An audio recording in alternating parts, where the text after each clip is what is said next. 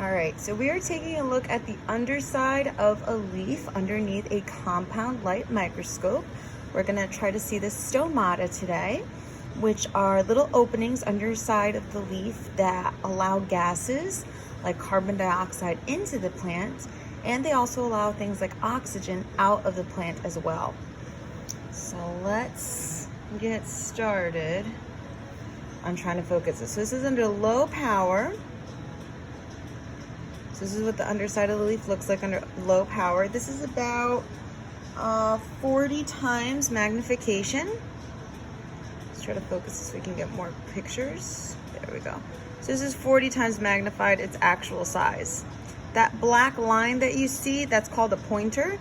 I can actually kind of like turn it and move it around so that, you know, I can see something like, look at this thing that's at the tip of the pointer. So like I said, this is under low power. I'm not really able to see individual stomata yet, but we can see that it looks pretty interesting in terms of, you know, some of the different structures that we can see. Now we're gonna take a look at it under medium power. So this is about 100 times actual size. So we're gonna turn the focus a little bit. Ooh, and I already saw one stomata. All right, and then I'm gonna use these buttons. And there's more than one here, but I want you to look at what's at the tip of my pointer, and that's one stomata. Let's try to focus in on it a little bit here. So that's what one stomata looks like. And now we're gonna try to look at it under high magnification power. High magnification makes it 400 times its actual size. Okay, so here's 400 times. You can see it got super blurry. So let's try to refocus it. Ooh.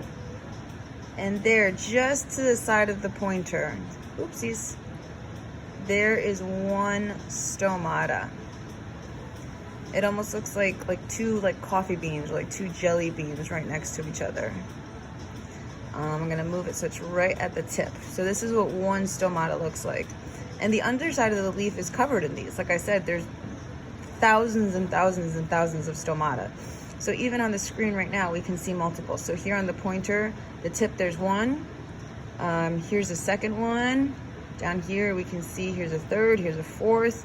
So there's tons of these. And again, you want to think of these almost like little teeny tiny mouths. They're able to open and close. And when they're open, they let gases like carbon dioxide in and oxygen out. And when they're closed, that means gases cannot go in and out of the plant.